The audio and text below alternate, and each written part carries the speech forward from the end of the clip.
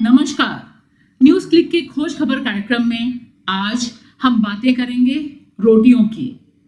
Railway track पर गिरी रोटियों की, जो पीछे रह गई विकास की पटरी पर, और सरकारें कुचल गई मजदूरों की जिंदगियों को। ये जो रोटियां हैं जो आपको स्क्रीन पे दिख रही हैं, ये बताती हैं कि किस तरह से हमारा विकास खून से चमचमाता हुआ विकास है, मजदूरों के खून से लथपथ विकास। सबसे बड़ी बात, इन रोटियों को देखने के बाद हमारे और आपके लिए रोटियां खाना, एक एक कौर खाना बेहद मुश्किल और बेहद भारी होता जा रहा है। नजीर अकबराबादी ने एक जमाने में लिखा था, अल्लाह की भी याद दिलाती हैं रोटियां, और ये रोटियां जो पटरी पर बसी हैं, पसरी हुई हैं, ये याद दिलाती हैं कि जो हमारा विकास है ये मजदूरों के खून से लथपथ है। मजदूर के लहू को याद दिलाती हैं ये रोटियां।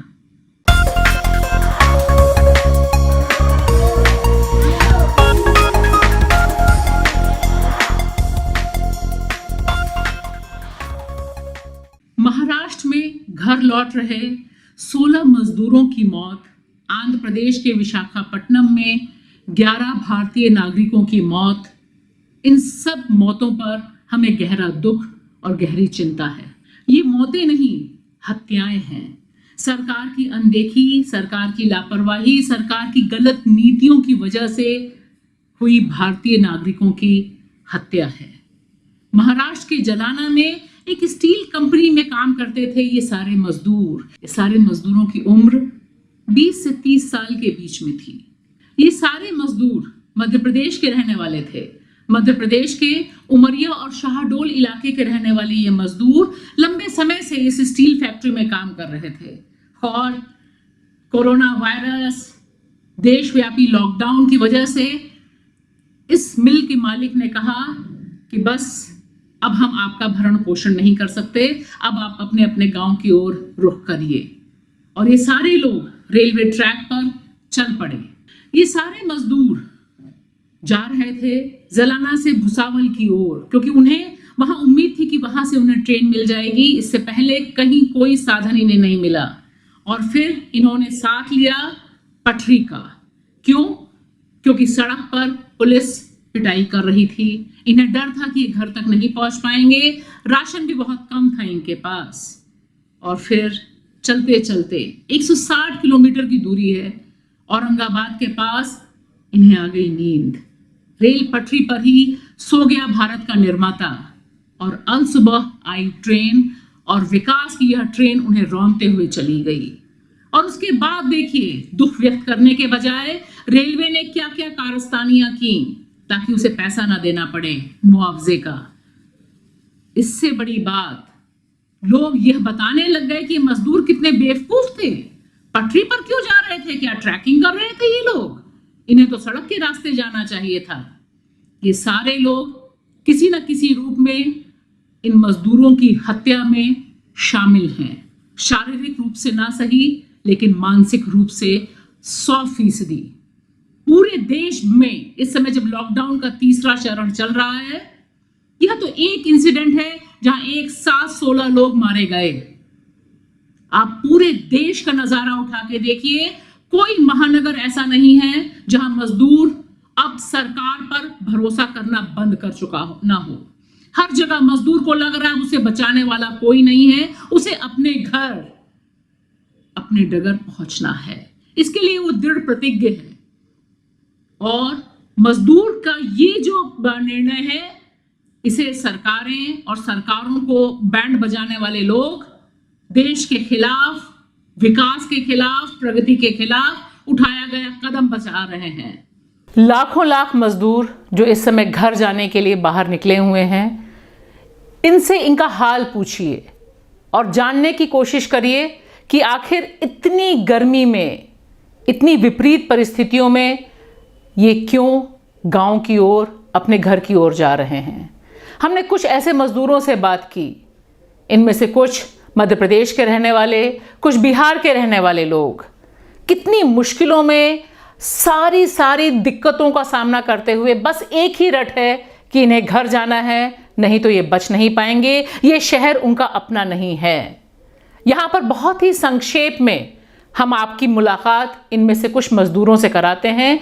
देखिए, ये बिहार के रहने वाले, सरन छपरा के रहने वाले लोग गांव से पैसा मंगा रहे हैं। पैसा मंगाया इन्होंने, साइकिलें खरीदी, जिंदगी में पहली बार 1000 किलोमीटर से अधिक का सफर रास्ता पूछते पूछते ये तय कर रहे हैं और एक ही सवाल पूछ रहे हैं मोदी सरकार से कि आखिर 40 दिन से ऊपर हो गया, उन्होंने मजदूरों के लिए कोई फैसला क्यों नहीं किया?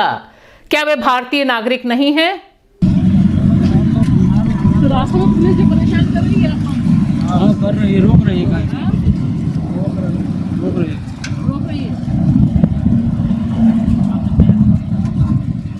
फिर आप लोग क्या बोले उनको? क्या बोले, हम लोग जाएंगे नहीं तो ऐसे ही मर रहे हो, ऐसे ही मरेंगे।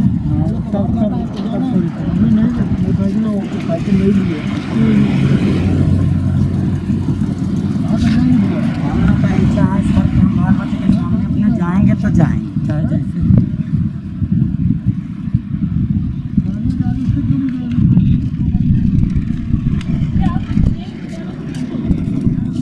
दिल्ली से तो कोई अभी हम लोग को बिहार के लिए ट्रेन ही नहीं मिला। और अभी समाचार में आ रहा था कि ये आप जब तक रजिस्ट्रेशन नहीं कराएंगे जब तक जा नहीं पाएंगे। अब हम लोग का कब रजिस्ट्रेशन होगा, कब हम लोग जाएंगे, कोई गारंटी हम लोग का नहीं था। अब 3 दिन हम लोग का मतलब राशन पानी नहीं था, 3 दिन से राशन पानी नहीं था। मजबूरी में हम लोग को अब निकलना पड़ा।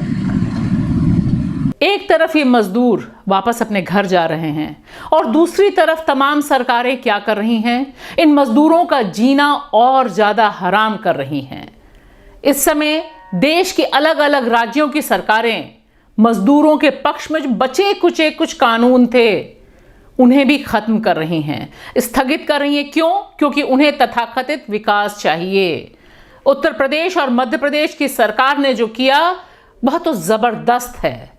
उससे पता चलता है कि उनको इन मजदूरों के लहू से कितना अधिक प्यार है।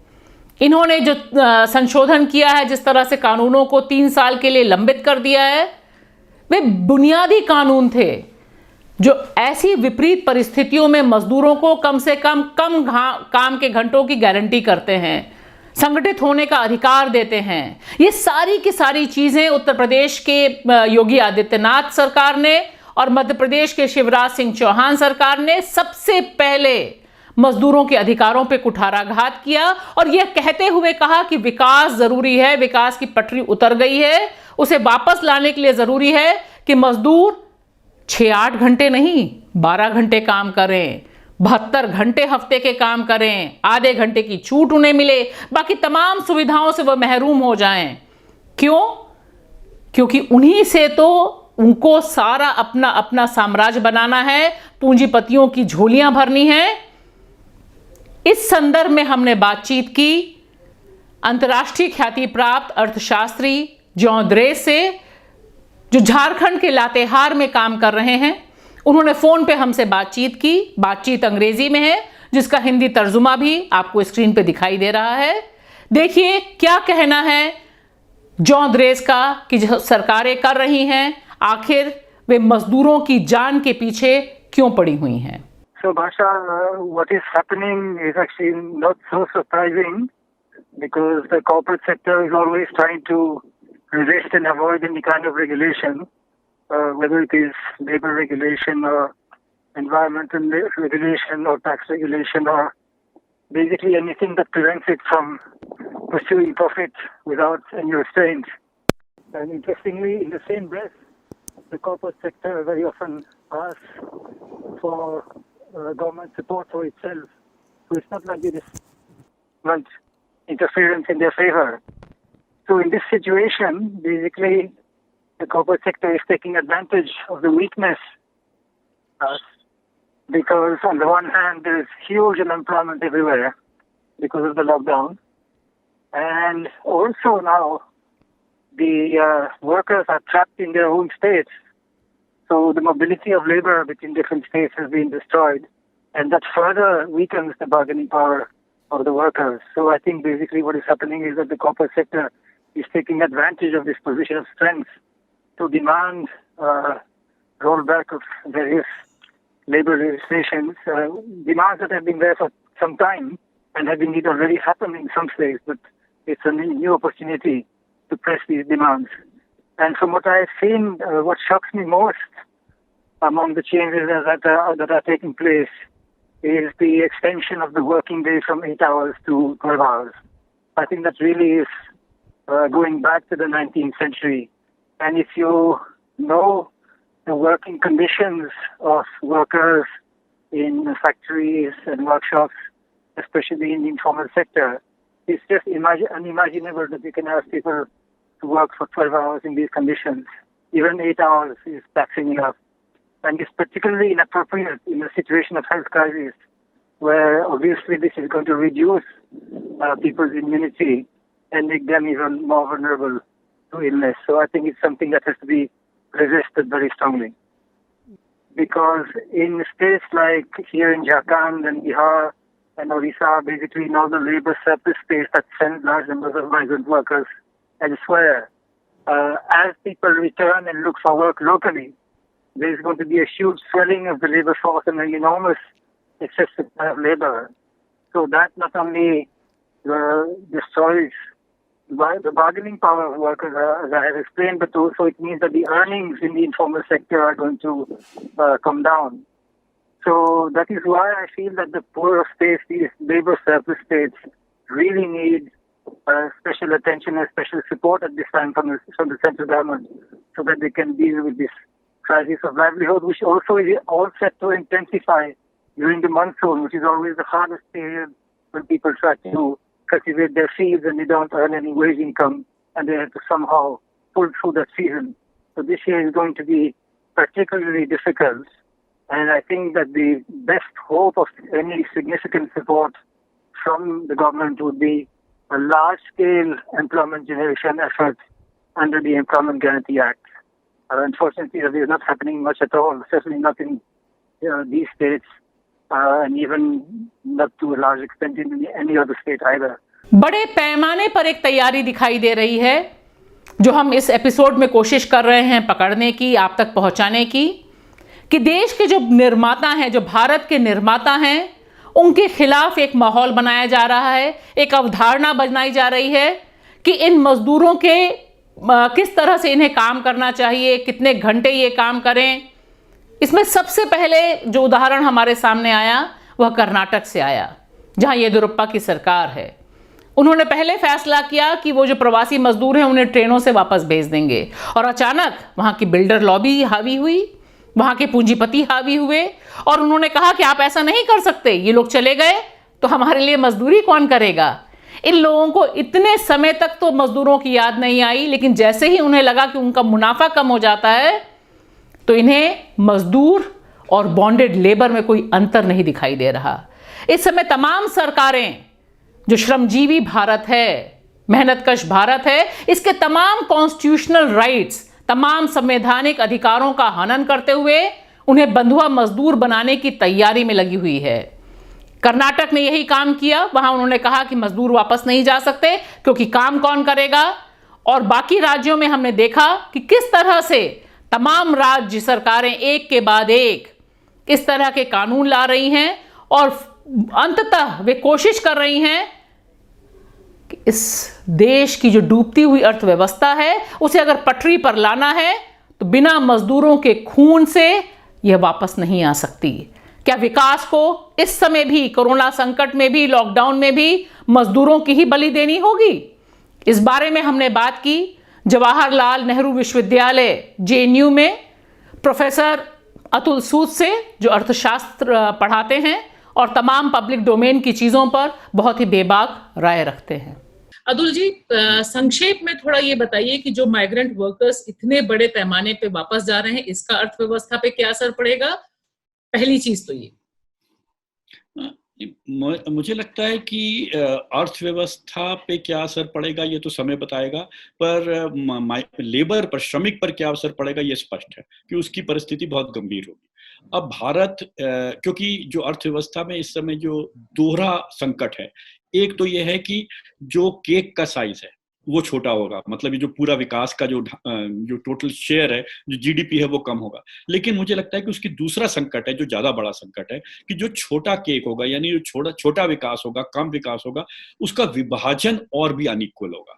और जो आप ये बात पूछ रही हैं कि जो ये माइग्रेंट लेबर वापस जाने की परिस्थिति में है, ये इस बात को फर्दर बढ़ाता है कि ये जो घटता हुआ, सिकुड़ता हुआ विकास है, इस सिकुड़ते हुए विकास का जो विभाजन है लोगों के बीच में, ये और भी असमान होगा। ये तो बिल्कुल स्पष्ट इसका एक नतीजा निकलने वाला है।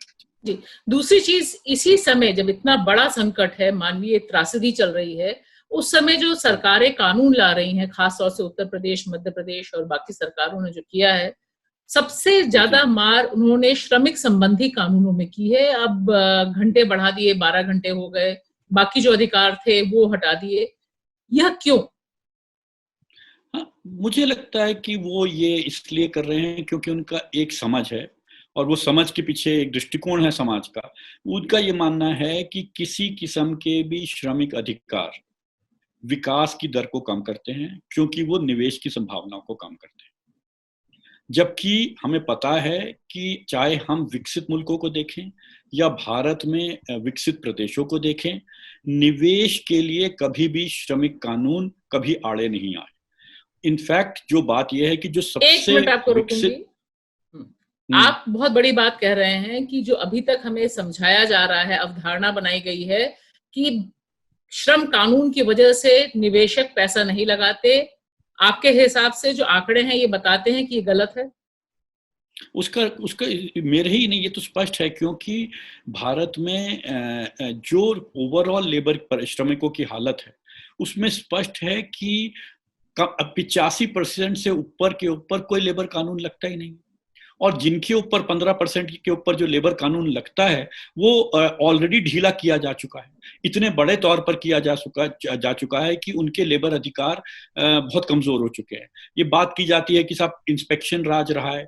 मैंने आंकड़े बोल रहा था आपसे पहले चर्चा में कि अगर आप देखते हैं कि कितने प्रतिशत फैक्ट्रियों का इंस्पेक्शन होता है, यानी जहां पर कि लेबर इंस्पेक्टर जाकर पूछता है कि किन लेबर कानूनों का पालन हो रहा है, तो ये तो लगातार 80-85 के समय में अगर 60% के करीब फैक्ट्रियां थी, तो आज 11%, 9% फैक्ट्रियों में केवल इंस्पेक्टर का लेबर कानून का पूछा जा रहा है। तो ये लेबर कानून तो पहले ही ध्वस्त हो गए, ये तो पहले ही किनारे रख दिए गए। तो अगर ये आड़े आ रहे होते तो मैं ये मानता कि भाई आज भारत में 80% फैक्ट्रियों में लेबर इंस्पेक्शन होता है, और ये जो इंस्पेक्टर हैं ये पैसा खाते हैं, करप्शन होता है।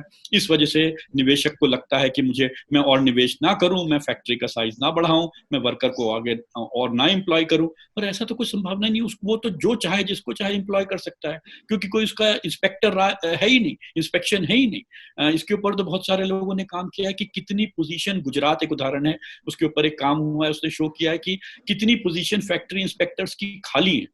तो यानी पीछे के रास्ते से, यानी बिना फैक्ट्री एक्ट को बदले, फैक्ट्री एक्ट को पहले ही कमजोर किया जा चुका है, मिनिमम वेजेस एक्ट को पहले ही कमजोर किया जा चुका है। आप मुझे बताइए, जो 2017-18 का एम्प्लॉयमेंट सर्वे भारत सरकार का PLFS, वो कहता है कि 75% वर्कर्स जो हैं वो सेल्फ एम्प्लॉयड है या कैजुअल लेबर है, और पहली बार उसने हमें आमदनी बताई है। तो उसने कहा है कि जो सेल्फ एम्प्लॉयड वर्कर हैं उसमें एक छोटे तबके को छोड़ के बाकी 50% से लोगों की से अधिक सेल्फ एम्प्लॉयड लोगों की जो आमदन है वो जो महीने में मिनिमम वेजेस होनी चाहिए उससे कम है। 9,000 कुछ की मिनिमम वेजेस है, एवरेज मंथली इनकम। और जो सेल्फ एम्प्लॉयड है वो उसकी जो पूरी आमदनी है महीने भर की वो उस मिनिमम वेजेस, जो रूरल वेजेस हैं और अर्बन वेजेस हैं वो भी बहुत सारी मिनिमम वेजेस से कम है या मिनिमम वेजेस के आसपास है। तो अगर ये सारे एक्ट इंप्लीमेंट हो रहे होते तो फिर सरकार के आंकड़ों में ये क्यों आता कि इतने कम लोग पैसे मिलते हैं, इतने सारे लोगों के पास कोई कॉन्ट्रैक्ट नहीं है, इतने सब पास कोई सेहत का अधिकार नहीं है, महिलाओं और पुरुषों की जो आमदन है, जो वेजेस हैं, उसमें इतना बड़ा अंतर है। ये सब कैसे ट्रू होता अगर नियम पालन हो रहा होता? तो एक तरफ हमें बताया जा रहा है कि नियम का पालन इसलिए नहीं हुआ क्योंकि नियम इम्प्रैक्टिकल है, दूसरी तरफ हमें बताया जा रहा है कि निवेश इसलिए नहीं हुआ क्योंकि नियम लागू था। तो दोनों में से एक ही चीज सत्य हो सकती है, या नियम लागू था इसकी वजह से निवेश नहीं आया, या नियम कमजोर किया जा चुका है और उसके बावजूद निवेश नहीं आ रहा है, इसलिए वर्कर की हालत है। चारों तरफ भ्रम फैलाया जा रहा है, भारतीय नागरिकों को ही भारतीय नागरिकों के खिलाफ खड़ा किया जा रहा है। ऐसे में अगर बगल में आग लगी है तो हमारा आपका घर भी सुरक्षित नहीं। अगर मजदूर सड़क पर है, हजारों सैकड़ों किलोमीटर पैदल चल रहा है, तब निश्चित तौर पर भारत सुरक्षित नहीं है। भारत को सुरक्षित रखने के लिए बेहद जरूरी है कि बाकी भारत इन मजदूरों के पक्ष में खड़ा हो। शुक्रिया।